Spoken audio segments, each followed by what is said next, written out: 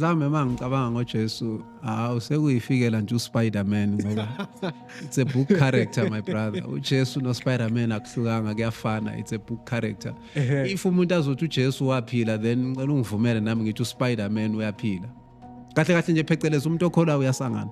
Because iBhayibheli liqhamuke njengento okuthiwa isuka kuNkulunkulu and then kwaba yinto esifundiswa sibancane, uyayibona, kwaba yinto yafakwa kokhokho bethu, kwakhona ababulawa and then kwakhona ababanjwa bese bancane bafundiswa lento bakhula ngaphansi kwayo, kwase kuba yibona ke abafundisa izingane zabo leyo nto leyo, ize nokuthusela ukuthi ongayilandeli ngemva kokufa uyosha esihogweni, oyilandelayo ngemva kokufa uyohlala kahle ezulu. So if something comes already with a threat yokuthi angiyilandeli ngizojeza ukuthi angiyilandeli, then leyo nto leyo ingozi kakhulu kimi, because ingenza ngingadecide, yenza umuntu angadecide ngokomqondo wakhe but decide based on the fear that has been instilled in him.